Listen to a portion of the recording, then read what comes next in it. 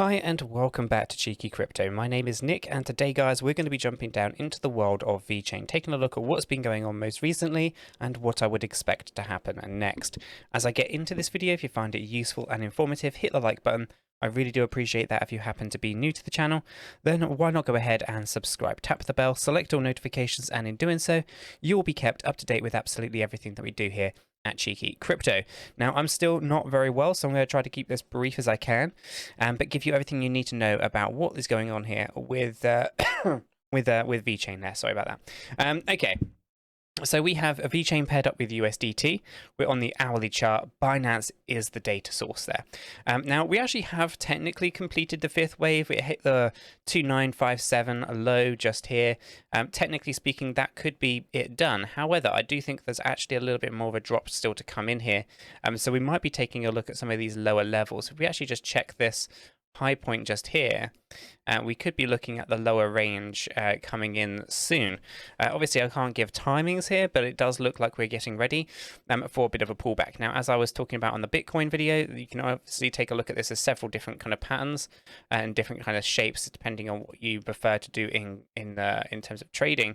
You could either look at this as a bear flag, right? The pole comes down, the flag goes up, and then you drop back down, and you get led into this false sense of security where you're setting higher highs and lower and higher lows, right? But actually all you got to do is pull back down. So although we've hit this low point, we might be getting set up now for another drop down, and this might be the start of the next 5-wave move. Okay, so if this is we'll have to see how this plays out, but it could be that that's the end of the first 5, then we end up with this ABC structure just coming up here, just like this, and then we start the next big move coming to the downside. Okay, so we'd end up with maybe something like this, right? And we can really start to kind of pull back down. It's hard to be certain about anything right this second, but you're going to be keeping an open mind on all of that. Alternatively, you know, this is actually just some kind of 4th wave inside our extended 5th wave possibly, but either way, a downward move is likely. If we bring the stochastic RSI into play here, you can see that we're up in the overbought area and we're likely to pull this back down.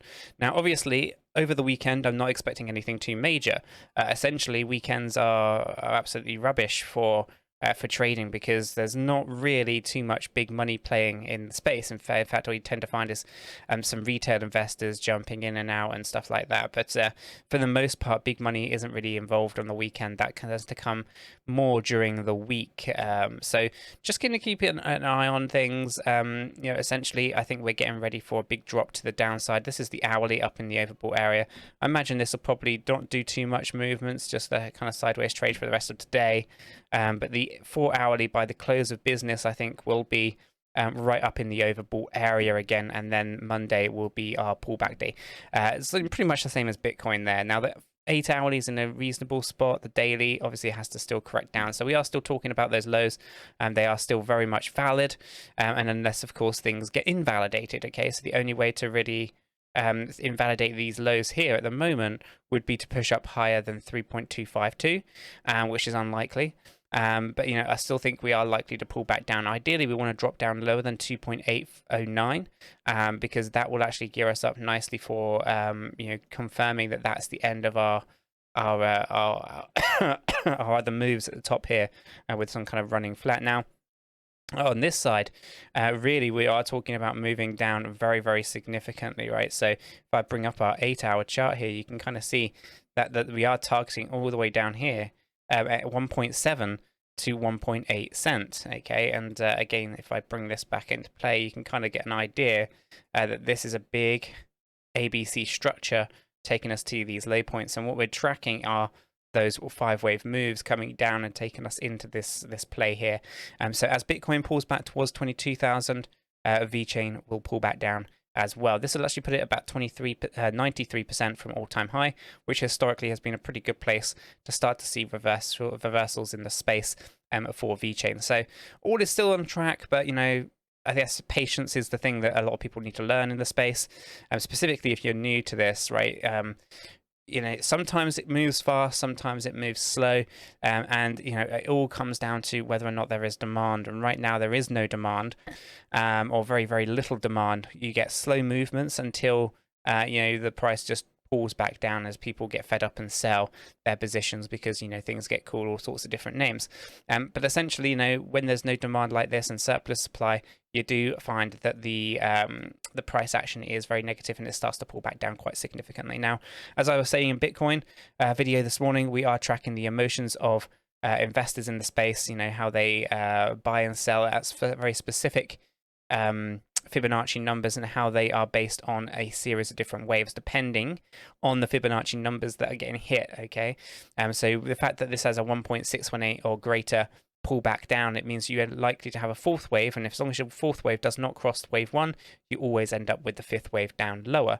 Okay, and likewise, if you had an ABC structure, then normally a 1-to-1 ratio, and so forth, right? So understand that Elliott wave theory here is not giving you an answer to something. It is tracking people's behavior in the space. Okay, and understand that on weekends there aren't many people really interacting with the assets, which is why I don't use 3-day analysis or 5-day analysis periods, because it skews your data range.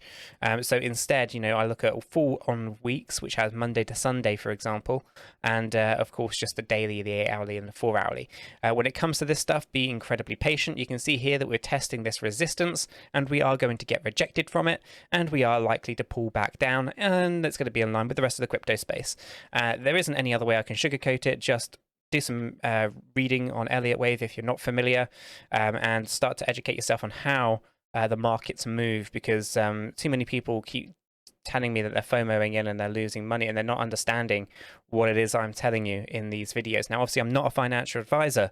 I cannot give you financial advice. What I can do is tell you my thoughts and opinions based on the charts as I see them using Elliott wave theory. And I know people's time horizons are different. Timing is very, very difficult to kind of get.